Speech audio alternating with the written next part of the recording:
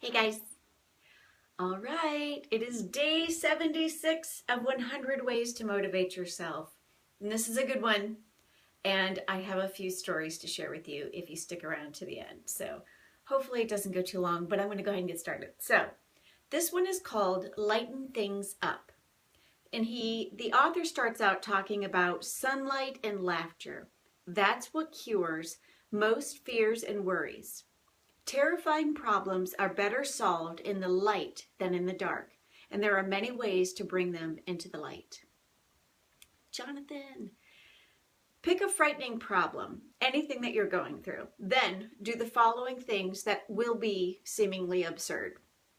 Talk about your problem with somebody, draw an illustrated map of it on a huge piece of paper, make a top 10 list of the things that suck about it, tell yourself some jokes about the problem, and then make up a song about the problem. And if you think that's absurd, go to the next level and do a creative, expressive dance to the tune of the problem. Sounds absurd, doesn't it? Yeah. But it makes your problem seem a lot funnier and probably a lot less frightening than it once did. It's impossible, he says, to laugh deeply and be frightened at the same time. He goes on to say that taking things lightly was the most spiritually advanced thing that you could ever do to improve your effectiveness in this life. Think about that. Taking things lightly is the most spiritually advanced thing you could do to improve the effectiveness in your life, your effectiveness in your own life. After all, it's because God's angels take themselves so lightly that they're able to fly. And if angels take themselves that lightly, imagine how much more lightly he takes himself, meaning God. The author talks about how he was in a situation where he had a pretty frightening disease, and he had to get a section of his book over to the editor. And so he had this disease and he was recovering from a procedure. And the procedure left him with a situation where he had uncontrollable bleeding. And his friend, who was also his editor, had received his copy of, the book or whatever. And his friend, the editor, gave him a call and he left him a message updating him on the status of the editing work. And near the end of the call, and this editor of his was pretty notorious for being, a comedian. At the end of the call, the editor said to him, "Don't worry about the bleeding. It's normal for someone your age." So he says that humor is the highest form of creativity. It's the hardest to produce and the most enjoyable to receive. Amen. Humor, like all other creativity, is a matter of making unusual combinations. The more surprising the combination, the funnier the humor. Your own motivational level will always be lifted by humor. Anytime you are stuck, ask yourself to take things lightly. Ask yourself to come up with funny solutions. Laughter will always destroy all the limits to your thinking.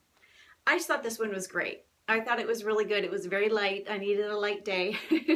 So this was pretty good. But I wanted to share a few funny stories with you guys that kind of bring this full circle.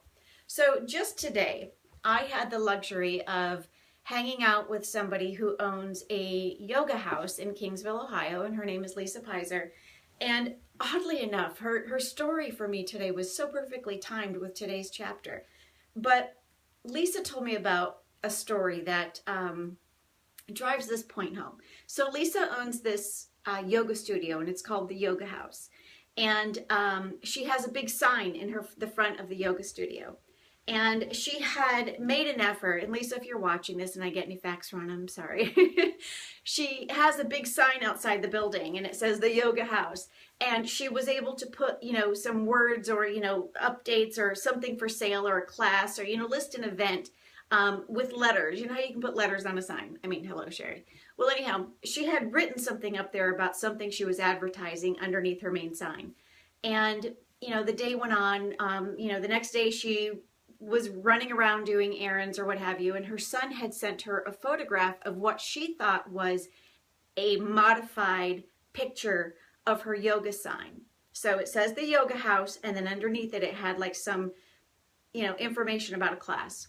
Well, the information about the class somebody in the night had gone in and completely changed all the letters.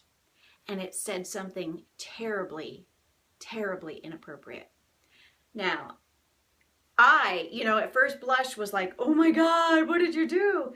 Well, her son had sent her a photograph of this, and she really just thought that he had modified it on his cell phone and, edited it with some app or whatever. Not realizing she had then gone on to the yoga house and began teaching classes until the police came. And the police talked about, knocked on the door and said, we need to talk to you about your sign. And she's like, what do you mean? And she looked up, and her son had not modified it in an app. Somebody, some kids probably, truly had gone and realigned all the letters to say something so inappropriate. I wish I could tell you guys what it is, but it's awful. It's so awful. And I looked at Lisa, who is an incredibly spiritually evolved person, kind of like this chapter talks about. She got such a good laugh out of it. I mean, obviously she doesn't want that for business, but she knew in that moment she had two choices: to be offended by it or to laugh at it. And she chose laughter. And I thought, that is just an amazing lesson for all of us. It was harmless. It wasn't true vandalism. It was something she could fix. So it was pretty harmless. So that's my first story. The second story is my husband, Harry. So my husband, Harry, is a sweet, sweet man. And on many occasions, while we were raising our three children, or are raising our three children, but when they were really small, he would call me as he left the office and say, do we need anything at the store? And I would say, yeah, we need, milk and whatever. Da, da, da. Well, one day he was in his office writing down everything I said, and he put it on a sticky note. And he then proceeded to go about collecting his things. And through the course of collecting his things, somehow he lost the sticky note. And he couldn't find it anywhere. And he was like, man, I can't find the stinking sticky note anywhere. So he had to go to the store, hoping the whole time that he could just remember everything that was on this little sticky note. So he went to the grocery store. He didn't know why the lady at the checkout counter was looking at him funny. He couldn't figure it out. He then went to our daycare center to pick up the remaining child who, needed to be picked up, probably Landon, and didn't know why people were looking at him funny. And then he came home, and he wears his ball cap backwards all the time. I mean, most people have probably never seen that he has a full head of hair. And he came home, and he walked in the door, and I looked at him, and he said, what? And I said, how come you have a sticky note right here? And it had everything that was written on the grocery list. That man went from having just a cruddy day to absolutely laughing at it, because he had two choices: to be humiliated or to really just laugh and to see the beauty in the humor of what had just transpired. So, I'm definitely not going to win any comedy shows anytime soon, but you get the point. The point is this: you've heard the adage, laughter is the best medicine, and it truly is the case. Always laugh when you can, because it's the cheapest form of medicine. So whatever you do, if you're having a hard time, if you're feeling depressed, find that favorite movie, shop down the comedy aisle of Netflix, and just get yourself some of the best possible medicine that you can. Laughter. Have a good day. Bye.